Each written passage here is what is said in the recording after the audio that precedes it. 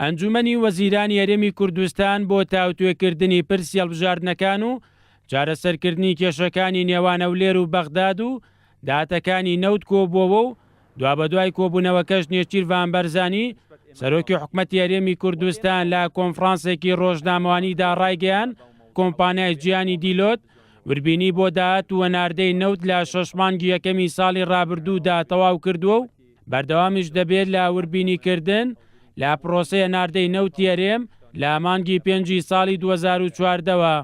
ئەو وردبینیەی کە شەریکەی دیلۆیت کردوویەتی ئەوەی ئێستا کە کردوویەتی 6 مانگی یەکەمی ساڵی 2017 کردووە.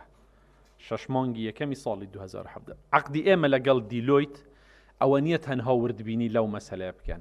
عقدی ئێمە لەگەڵ دیلۆیت ئەوەیە ئێمە هەناردەکردنی نەوتمان لە مانگی 5 ساڵی 2014ەوە دەست پێ کردووە دوای ئەوەی کە لە مانگی 2 بە بڕیارێک لە بەغدا بودجەی هەرێمی کوردستانیان بڕی.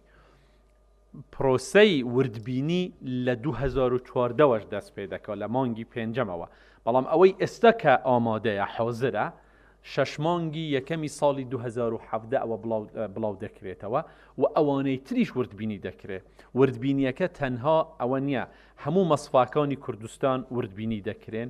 نێچیروان بەرزانی ڕاشی گەیان بڕیاردراوە لەمە دووە نەوتی کەرکووک تەنیا لە ڕێگەی کۆمپانیای سۆمەوە ناردە بکرێت.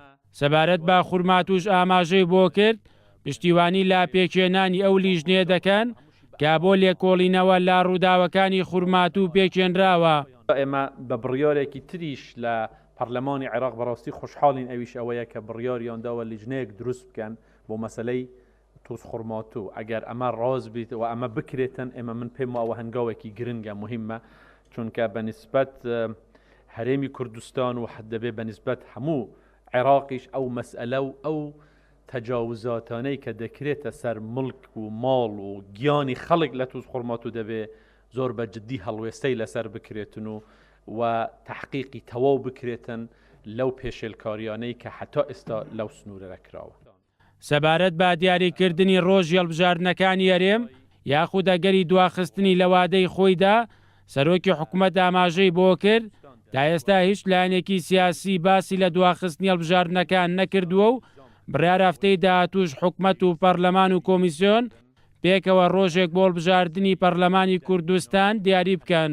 بەنسبەت هەڵبژاردن من هەتا ئێستا گوێم لێ نەبووە هیچ لایەنێک باس لەوە بکە کە نەیەوێ هەڵبژاردن بکرێتن. ئێمە لەگەڵ کۆمیسیۆنی هەڵبژاردن دانیشتنمان کردووە. کۆمیسیۆنی هەڵبژاردن وازح بووە لەوەی ئەو پێداویستیانەی کە پێویستیان پێیەتی بۆ ئەنجامدانی هەڵبژاردن داوایان کردووە.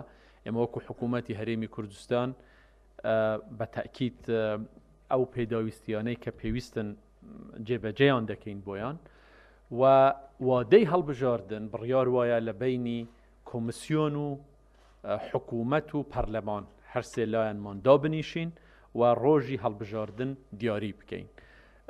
ئەم کۆبوونەوەیە ئێمە هیوادارین لە هەفتەی داهاتوو ئێمە ئەو کۆبوونەوەیە بکەین و بتوانین ڕۆژی هەڵبژاردن دیاری بکەین. لە ماوەی ڕابردوودا سەرۆکۆماری عێراق بۆ دەستپێکردنی گفتوگۆ و دانوستان لە نێوان ئەولێر و بەغداد نامەیەکی ئاراستەی سەرۆکی حکوومەت یاریێم کرد.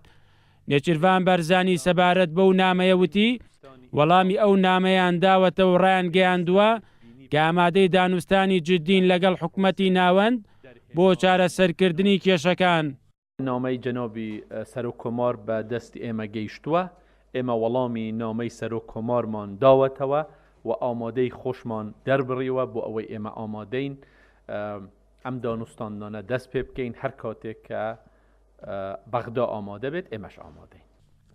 هاوکات سەبارەت بە یەکلایکردنەوەی پۆستی پارێزگاری کەرکووک و دانانی کەسێک لەو پۆستە سەرۆکی حکوومەتی هەرێم ئاشکرای کرد لا کۆبوونەوەی هەردوو مەکتەبی سیاسی پارتی و یەکێتی باسییان لەو بابەتە کردووە، بەڵام تا ئێستا یەکلای نەبووەتەوە و کۆبوونەوەکانیش لەو بارەیەوە بەردەوام دەبێت. قسە کراوە لە کۆبوونەوەی دوێنێ بینی ئێمە و یەکێتی قسە لەسەر ئەم بابەتە کراوە، بەڵام حقیقەت هەتا ئێستا ئێمە نەگەیشتوونەتە هیچ ئەنجامێک. بڕیار وایە کۆبوونەوەی تر بەدوایدا بێت. حکوومەتی هەرێمی کوردستان هەفتانە کۆبوونەوەی ئاسایی خۆی ئەنجام دەدات و لا کۆبوونەوەکانی ڕابردووشدا چەند جارێک ئامادەی خۆی بۆ گفتوگۆ و دانوستان لەگەڵ بەغداد نیشان داوە، بەڵام تا ئێستا حکوومەتی عێراق وەڵامی داواکانی هەرێمی کوردستانی نەداوەتەوە.